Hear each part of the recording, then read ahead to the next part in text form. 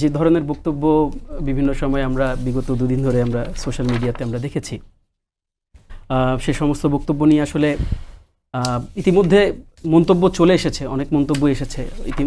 আপনি নিজেই বলেছেন যে পার্টির 4 জন গুরুত্বপূর্ণ পদে থাকা লোকজন তারা তাদের মন্তব্য সোশ্যাল মিডিয়াতে দিয়েছে।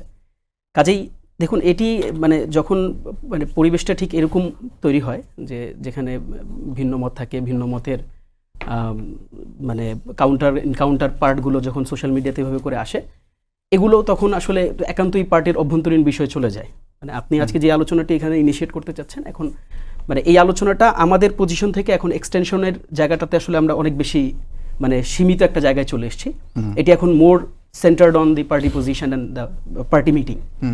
তো এগুলো নিয়ে আমরা আমাদের মতন করে কথা বলবো। যে ধরনের সমন্বয়হীনতার কথা আপনি বলেছেন এবং যেই অ্যাঙ্গেল থেকে বলেছেন যে সমন্বয়কদের দ্বারা গঠিত যে দল, সে দলে এই ধরনের সমন্বয়, এই ধরনের সমন্বয়হীনতা মানে আমি আসলে দোষারোপের রাজনীতি আমরা করতে চাই না। এই ধরনের সমন্বয়হীনতা তো আমরা যেদিন বাংলাদেশের রাজনীতিতে যেদিন আওয়ামী লীগকে ব্যান করা নিয়ে যখন আলোচনা শুরু হয়েছে, সেদিন কিন্তু আমরা বিএনপির পক্ষ থেকে 4 জন টপ সারির কিন্তু নেতার 4 ধরনের বক্তব্য পেয়েছি।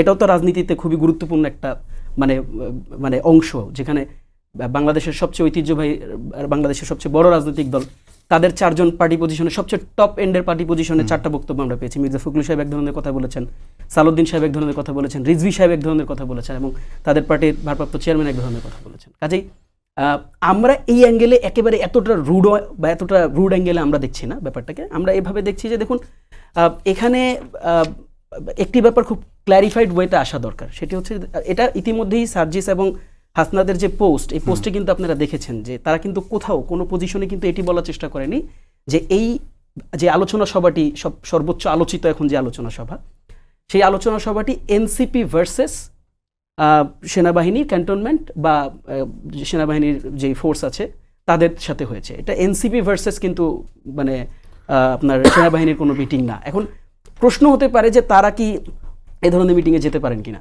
দেখেন, আমি খুব পরিষ্কারভাবে একটা ব্যাপার আমি আপনাকে বলি, apart from the party position, Hasnat এবং সার্জিসের যদি পার্টির পজিশনের কথা বলি, যে দলীয় পজিশন আছে, এই দলীয় পজিশনের বাইরেও কিন্তু তারা এই আন্দোলনের একেবারে সম্মুখ সারির অংশীজন এবং তাদের সাথে বাংলাদেশের অসংখ্য গণতান্ত্রিক শক্তির সাথে তাদের যোগাযোগ থাকতে পারে।